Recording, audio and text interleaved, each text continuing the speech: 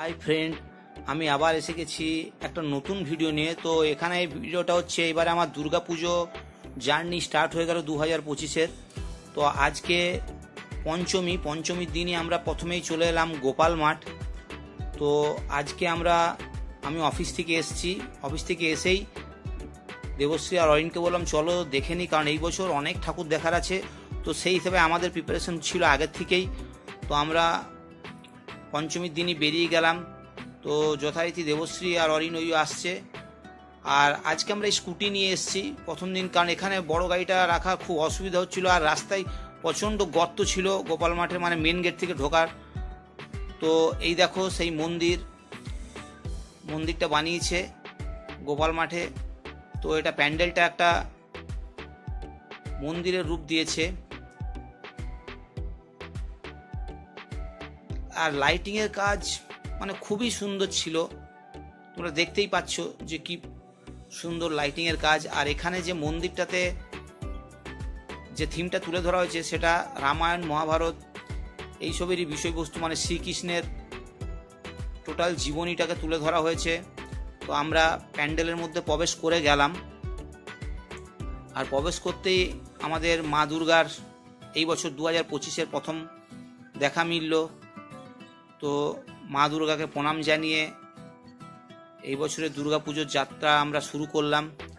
প্রচুর কাজ আছে, নিজেদের বাড়ির পুজোও রয়েছে, প্লাস বাইরে ঠাকুর দেখা সেগুলোও রয়েছে। তো এই দেখো গোপাল মাঠের দুর্গা, এখন দেখতে পাচ্ছ পুজো টুজো কিছুই হয়নি, জাস্ট মূর্তি এসেছে, মাকে নিয়ে এসছে। এই দেখো দেখতে পাচ্ছ কোথাও কিচ্ছু নেই, এখন শুধু মূর্তি রাখা রয়েছে। আর এই প্যান্ডেলটা চারিদিকে লক্ষ্য করলে পজ করে দেখবে যে চারিদিকে ওই শ্রীমদ্ ভগবত গীতায় শ্রীকৃষ্ণের যে বাণীগুলো রয়েছে এবং মহাভারতে যে কাহিনী রয়েছে সেইগুলোকেই তুলে ধরেছে এইবারের থিমটাতে।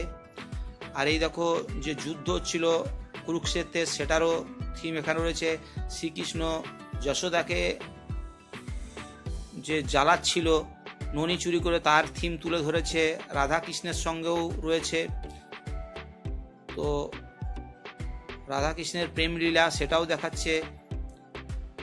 তারপরে এখানে শ্রীকৃষ্ণ যে রাক্ষসদের মেরেছিল সেটাও দেখাচ্ছে। এবার আমরা ওখান থেকে বেরিয়ে গেলাম, চলে এলাম আমরা নবারুণ। তো স্কুটিটা নিয়েই বেশ জিটি রোডের ধারে আস্তে আস্তে চলে এলাম। আর নবারুণ বলতেই চলে এসছে মেলার জায়গা, কারণ এখানে যেমন গোপাল মাঠেও মেলা বসেছে তেমনি এখানেও প্রত্যেক বছর মেলা বসে। তো এই মেলাটা অনেক পুরনো, গোপাল মাঠের থেকেও এই মেলাটা পুরনো। তো এখন আমরা নবারুণ চলে এসেছি।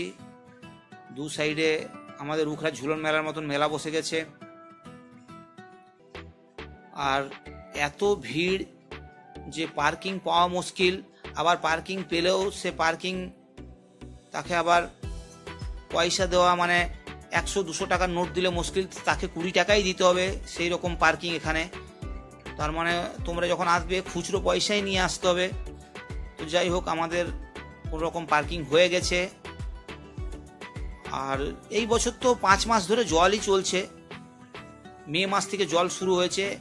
দেখো এখনো এখানে ভিজে রয়েছে।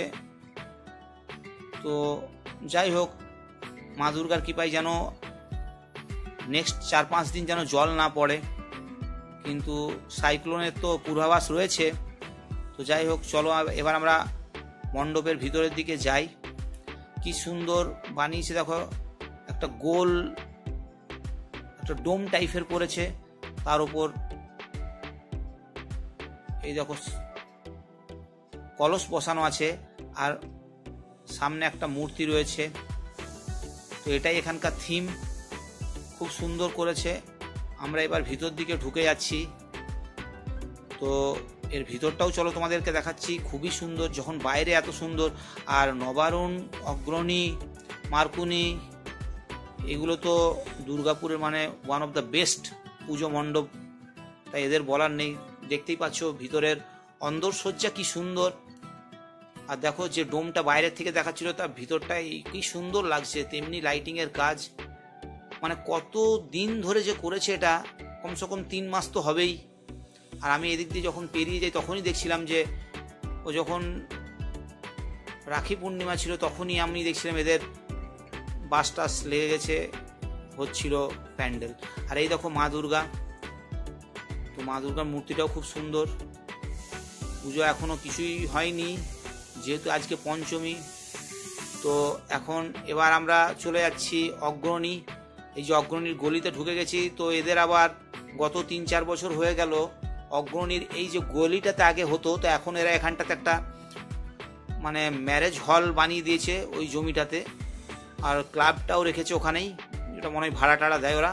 আর এই ডান সাইডে এখন মাঠ রয়েছে, সেই মাঠে এদের পুজোটা হয়। তো আমরা এখন সেই মাঠের দিকেই যাচ্ছি। আর এই দেখো, এটা নাকি কোন থাইল্যান্ডে কোনো এক প্যাগাডোনা কোনো থাইল্যান্ডের মন্দির আছে, সেই দেখেই করেছে। তো খুব সুন্দর লাগছে। আমাদের দুর্গাপুরে মণ্ডপগুলোতে এইবার মনে হয় থাইল্যান্ডের থিমটাই বেশি ছিল, কারণ এখানেও একটা রয়েছে, মার্কুনির থিমটাও থাইল্যান্ডের অনুকরণে করেছে যা শুনতে পেলাম। তো যাই হোক, পরের ভিডিওতে তোমরা দেখতেও পাবে ওটা। তো ফ্রেন্ডস, আমার এই দুর্গাপুজোর ভিডিওগুলো কেমন লাগছে আস্তে আস্তে তোমরা সবই দেখতে হবে, তো অবশ্যই কমেন্ট করে জানিও। আর চ্যানেলে নতুন হলে অবশ্যই চ্যানেলটা সাবস্ক্রাইব করো। আর এই দেখো, আমরা অগ্রণীর যে প্যান্ডেল, সেই প্যান্ডেলের ভিতরে ঢুকছি। এখানে প্যান্ডেলটা করা হয়েছে সব শাকের কাজ দিয়ে, মানে সমুদ্রে এই যে দীঘা পুরীতে যে শাক পাওয়া যায়, সেই শুধু শাকেরই কাজ রয়েছে। এই দেখো, গোটাটাই শাকের মধ্যে ডিজাইনটা করা রয়েছে। অন্দরসজ্জা খুবই সুন্দর, মানে আর লোকারণ্য, কি চরম ভিড় বুঝতেই পারছো। আর শাক দিয়ে এগুলো বানিয়েছে, মানে কতটা টাইম লেগেছে, কতদিন সময় লেগেছে তোমরা অনুমান করতেই পারছো। আর লাইটগুলোও সেরকম খেলেছে, থিঙ্কিংটাও খুব সুন্দর। আর এই দেখো মায়ের মূর্তিটাও খুব সুন্দর লাগছে। আর এত ভিড়, আমি ওই ভিড় ঠেলে যাচ্ছি, কারণ কোনো অবস্থাতেই যাওয়া যাচ্ছে না। একে তাকে ঠেলে কোনো রকম করে যাক মা দুর্গার কাছে পৌঁছাতে পেরেছি। তো ফ্রেন্ডস, তোমাদের এই ব্লগটা কেমন লাগলো অবশ্যই কমেন্ট করে জানিও। ভিডিওটা দেখার জন্য তোমাদেরকে অসংখ্য ধন্যবাদ।